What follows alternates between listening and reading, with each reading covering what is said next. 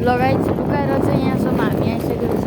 हामी चाहिँ यतानिर स्कुटीमा आएको छौँ, देख्न सक्नुहुन्छ। कुलेखानी ड्याम चाहिँ यही हो।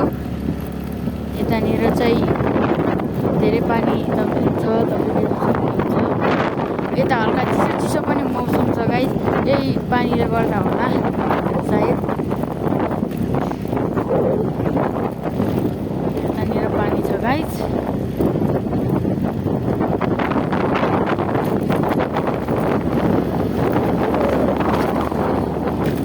यही हो, हामी उहाँबाट आएको गाइस।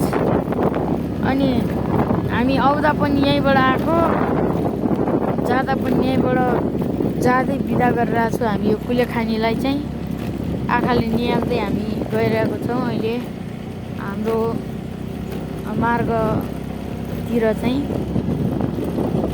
सक्नुहुन्छ यतानिर चाहिँ सुनसान छ, हामी बाइक कोही छैन यता, तर चुरुङ्गेको हल्लिहल्ली आवाज आउँछ गाइस। यतानिर केही पनि आएको छैन अहिले।